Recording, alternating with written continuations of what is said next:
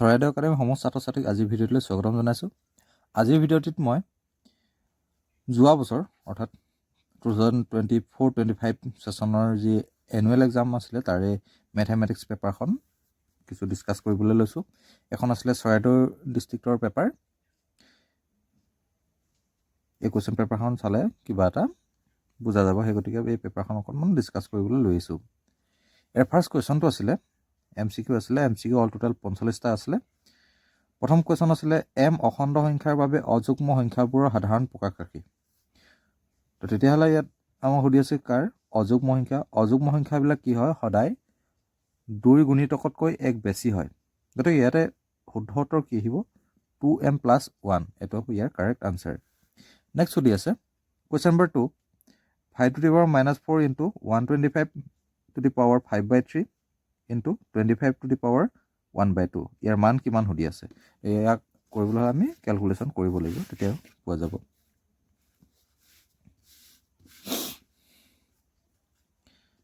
আছে 5 to the power -4 into 125 to the power 5/3 into 25 to the power 1/2। 5 to the power 4 এইটো ঠিকেই আছে, যেনেকৈ আছে তেনেকৈ থাকিবলৈ দিওঁ।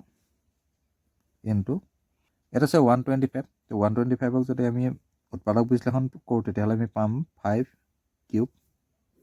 আকৌ তাৰ ওপৰত পাৱাৰ আছে 5/3 ইনটু 25 মিনছ কি হয় 5 স্কোৱাৰ। আকৌ ইয়াত আছে পাৱাৰ 1/2। 5 to the power 4 ইয়াক এনেদৰে আমি লিখিব পাৰোঁ 1/5 to the power 4 মাইনাছডাল ইয়াত নাইকিয়া হৈ গ'ল। ইনটু এতিয়া কি হয়, পাৱাৰৰ ওপৰত পাৱাৰ থাকিলে পাৱাৰকেইটা কি হৈ যায়, পূৰণ হৈ যায়। 5 থাকিলে ইয়াতে আমি লিখিম 3 ইনটু 5/3 ইনটু 5 2 ইনটু 1/2। এতিয়া 2 কেঞ্চেল গ'ল, ইয়াতে 3 কেঞ্চেল গ'ল, থাকিলে কি ইয়াত আছে 1/5 to the power 4 ইনটু ইয়াত আছে 5 to the power 5 এণ্ড এফালে আছে অনলি 5। ইয়াত আৰু কিবা আছে নেকি, একো নাই। ফাইনেলি ওপৰত কি আছে মানে লব হিচাপে ইয়াত আছে আৰু ইয়াত আছে 5। ইয়াত 5টা আছে, ইয়াত এটা আছে, অল টোটেল কিমান আহি গ'ল 5 to the power 6 আৰু তলত আছে 5 to the power 4। গতিকে ওপৰত যিহেতু ইয়াতকৈ 2টা বেছি, অৰ্থাৎ আনচাৰ আহিব 5 square. That means 5 square means কি হয় 25। 25 য'ত আছে সেয়ে হ'ব ইয়াৰ correct answer. Option B is correct. Next হৈছে 1/2%। ইয়াৰ মান কি হয় 1/2%। একো আমি কেলকুলেশ্যন কৰি চাওঁ। 1/2%। তো পাৰ্চেণ্ট মিনছ কি হয় 100/1।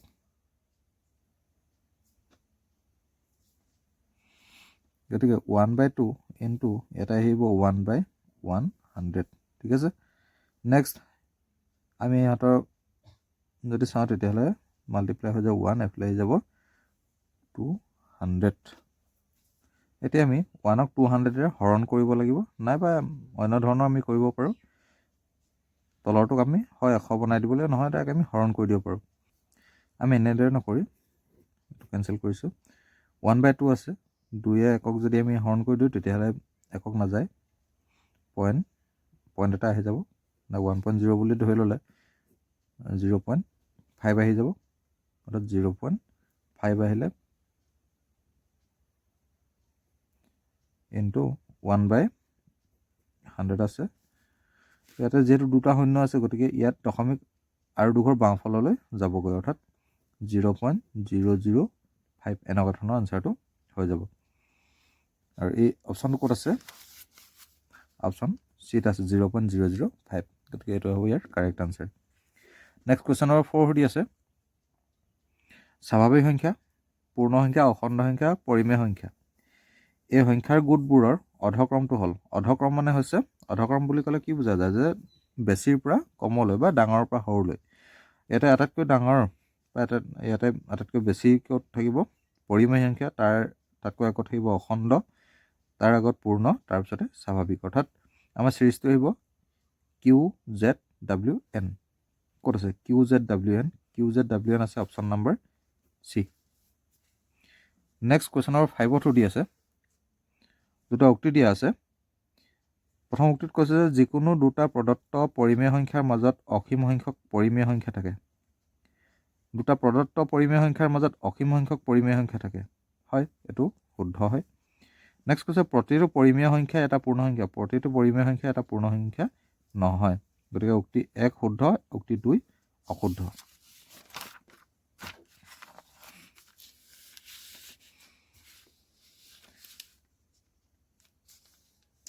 এটা আছে বি অপশ্যনত উক্তি 1 শুদ্ধ কিন্তু উক্তি 2 অশুদ্ধ এইটো বি অপশ্যনটো কাৰেক্ট হ'ব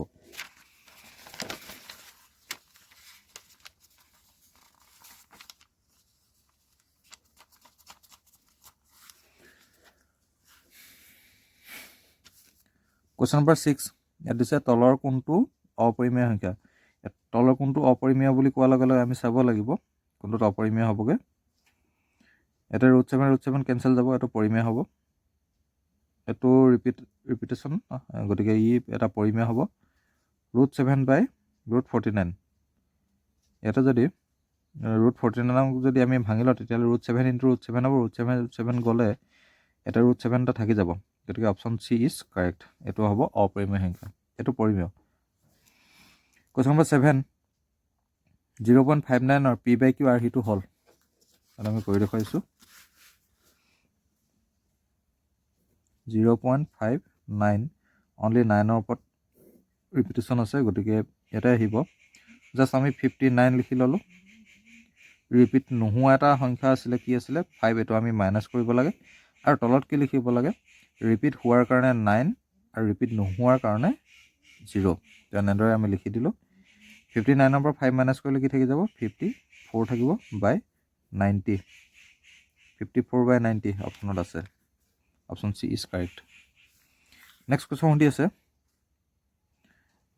√11 - 7 √7 × √11 + √7 তো ইয়াৰ মান কি হ'ব এইটো a + b × a - b নিচিনা হৈছে ফৰ্মুলাটো গতিকে a² - b² আহিব তো ইয়াতে ৰুট আৰু স্কোৱাৰ কেঞ্চেল গ'লে 11 - 7 ডেট মিনছ কিমান আহি যাব 4 কুৱেশ্যন নম্বৰ 9 দিছে ইয়াতে 2 + √2 2 - √2 2√2 আৰু 2/√2 এইকেইটা অপৰিমেয় সংখ্যা এইটো হয়নে নহয় এইটো শুদ্ধ হয় এইটো অপৰিমেয় নেক্সট ইয়াতে ৰিজনটো দিয়া আছে যদি r পৰিমেয় আৰু s অপৰিমেয় তেনেহ'লে r + s r - s rs আৰু r/s এইকেইটা অপৰিমেয় এইটো যুক্তিটো শুদ্ধ আৰু এই যুক্তিয়ে এইটোক মানে ব্যাখ্যা কৰি আছে ইয়াত কৈছে নে অপশ্যন এত দিয়া আছে a আৰু r দুয়োটাই শুদ্ধ আৰু r হৈছে a ৰ শুদ্ধ ব্যাখ্যা এইটো অপশ্যন a ইজ কাৰেক্ট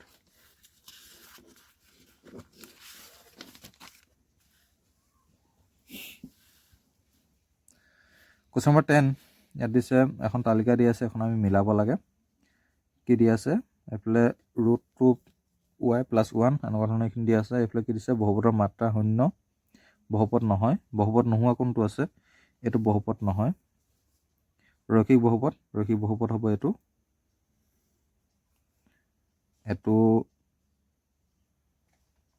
কি বহুপদৰ মাত্ৰা 0 এইটো হৈ গ'ল বহুপদৰ মাত্ৰা 0 এইটো আহি গ'ল সৰ্বোচ্চ ঘাত 8 এইটো হয় তো তেতিয়াহ'লে a3 সৈতে মিলি আছে a3 লগত এইটো আছে অপশ্যন বি এ কাৰেক্ট হ'ব কাৰণ এটা মিলিলে হৈ গ'ল বাকীখিনিত ক'তো 3 নাই তথাপি চাই দিছোঁ a3 ঠিকে আছে 2 4 ডেট মিনছ b4ত আছে c1ত আছে d2ত আছে এইটো ঠিকে আছে অপশ্যন বি ইজ কাৰেক্ট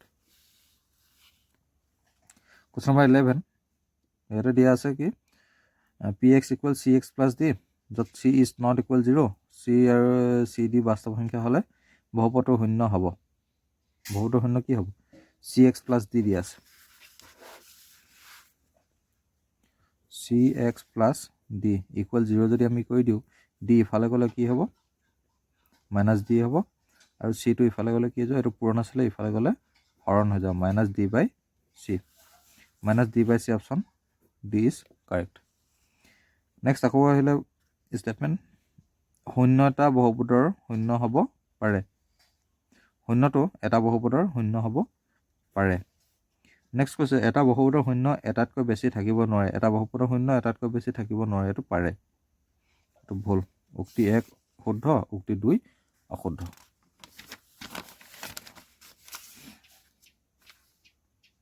এইটো অপশ্যন বি, উক্তি 1 শুদ্ধ কিন্তু উক্তি 2 অশুদ্ধ।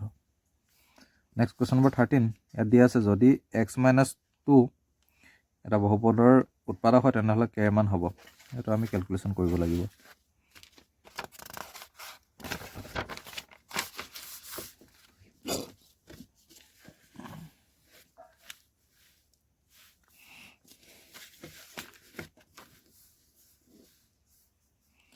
উৎপাদকটো আছিলে x-2 = 0 যদি আমি কৰি দিওঁ তেতিয়াহ'লে আমি x = কি পালোঁ 2, আৰু আমাৰ যিটো বহুপদ সেই বহুপদটো কি দিয়া আছিলে 2x² + kx + 2। তেতিয়াহ'লে x অৰ্থাৎ কি বহাব লাগিব 2, p(2) = 0 আহিব, যিহেতু ইয়াৰ শূন্য বুলি কৈ থৈছে বা উৎপাদক বুলি কোৱা আছে, গতিকে p(2) = 0 আহিব। ডেট মিনছ এই বহুপদটোত কি কৰিম x অৰ্থাৎ 2 বহাই দিম, 2 × 2² + k × 2 + 2 = 0 আহিব। 2 × 2² ডেট মিনছ এইফালে 4 × 2 আহি গ'ল 8 আহি গ'ল, 2k আহিলে + 2 = 0। 8 2 10, ইফালে গ'লে ই ডাইৰেক্ট -10 আহি যাব, আৰু এই পূৰণ হৈ থকা 2টো ডিভাইড হৈ যাব, এয়াই হ'ব k ৰ মান, অৰ্থাৎ 2 × 5 = 10, k = -5। অপশ্যন আছেনে k = -5। নেক্সট কুৱেশ্যন, ইয়াত কি দিছে এইটোৰ মান কি হ'ব সুধি আছে। সংখ্যাখিনি লিখি লোৱা যাওক কি দিয়া আছে। 263 whole cube plus 137 whole cube divided by 263 whole square minus 263 into 137 plus 137 whole square। এতিয়া এনেকুৱা ধৰণৰ কুৱেশ্যনবিলাক ইয়াতে কি বহুপদ লাগি আছে, এই বহুপদটো আমি বিচাৰি উলিয়াব লাগিব। ইয়াতে যদি এইকেইটা চোৱা যায় তেতিয়াহ'লে এইটো এনেকুৱা ধৰণৰ হৈ আছে। আমি বহুপদ নামৰ চেপ্টাৰটোত এটা ফৰ্মুলা পাইছিলোঁ a³ + b³ বুলি। ফৰ্মুলা নহয় আচলতে, এইটো কুৱেশ্যনৰ মাজত আছিলে এনেকুৱা ধৰণৰ ইকুৱেল আছিলে যে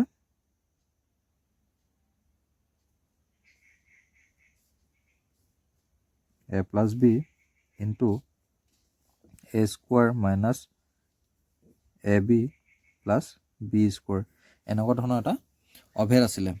এই অভেদৰ মতে এই ভেলুখিনি আমি বনাই ল'ব লাগিব। ওপৰত যিহেতু আছিলে 263³ plus 137³, তো ইয়াকে আমি এনেদৰে ভাঙিব পাৰোঁ। এই যিটো অভেদ, এই অভেদৰ টাইপত আমি বনাই দিব পাৰোঁ। তো লিখিম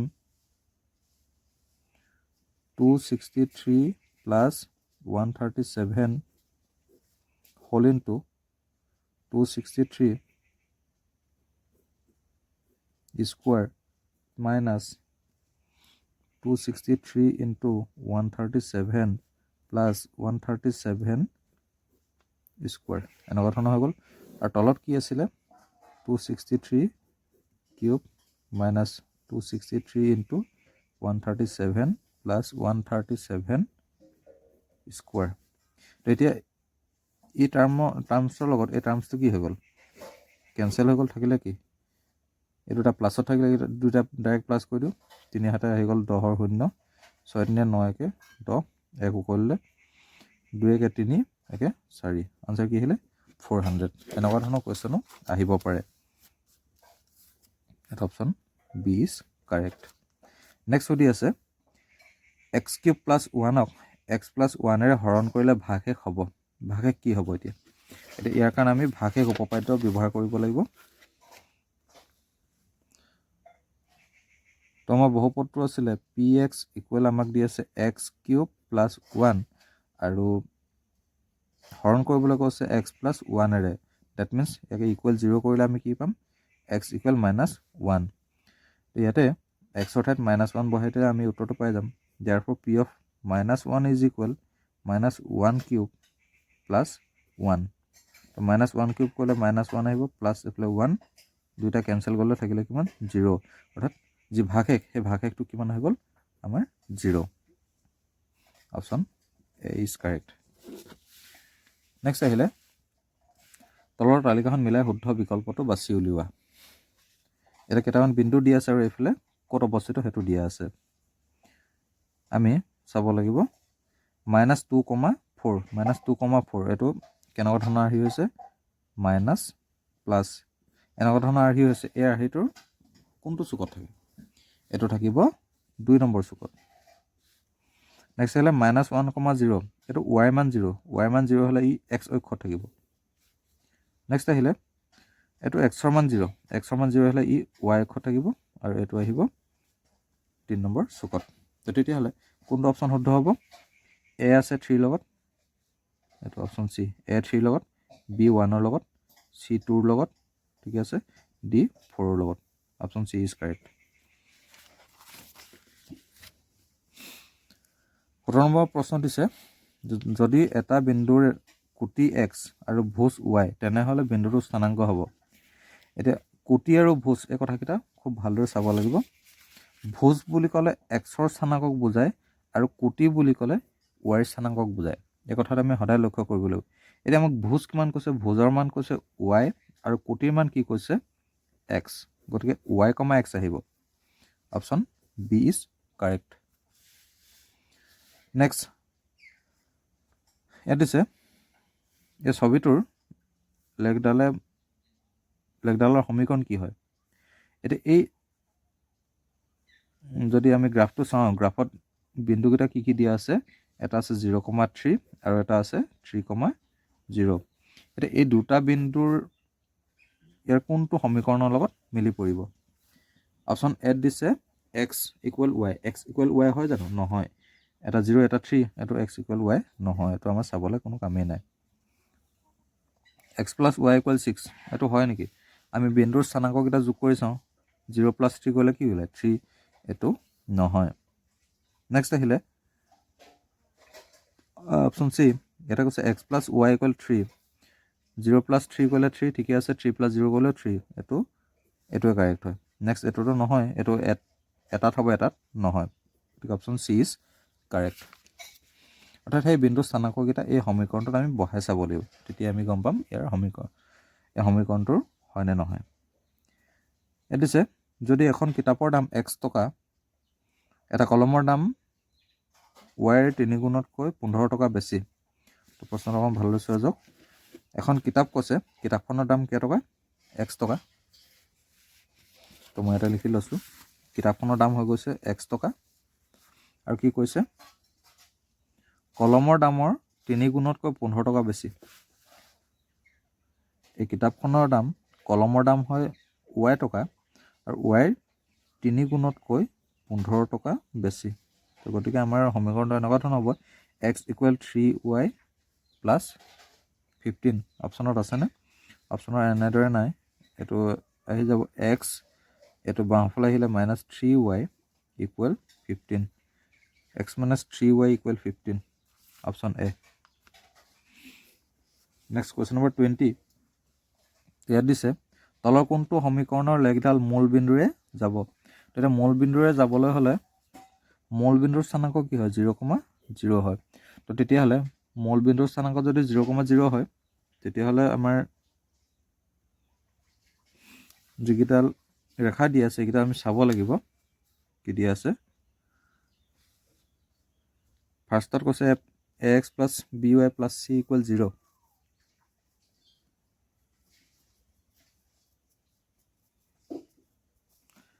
এইটো নহয় বিত কৈছে যে x + y = -1 0 0 প্লাছ কৰিলে কেতিয়াও -1 নহয় 0 0 প্লাছ কৰিলে কেতিয়াও 1 নহয় গতিকে এইকেইটা কণ্ডিশ্যন নহয় x + y = 0 এইটো হয় option C is correct next question number 21 ইয়াত কৈছে যে POQ ৰ মান উলিয়াবলৈ POQ এই কোনটোৰ মান যেহেতু এই দুটা কি কৈছে x ডিগ্ৰী অৰ্থাৎ দুইটা সমান ঠিক আছে যদি দুইটা সমান তেতিয়াহ'লে এই টোটেল এংগলটো কিমান হয় 180 ডিগ্ৰী হয় এইটো সৰল কোণ তেতিয়াহ'লে তাৰে পৰা এই 60 মাইনাছ কৰিলে কি থাকি যাব 120 ডিগ্ৰী আৰু 120 ডিগ্ৰীক সমানে দুভাগ কৰি দিলে কিমান হ'ব 60 আহিব অৰ্থাৎ আমাৰ আনচাৰ আহিব 60 ডিগ্ৰী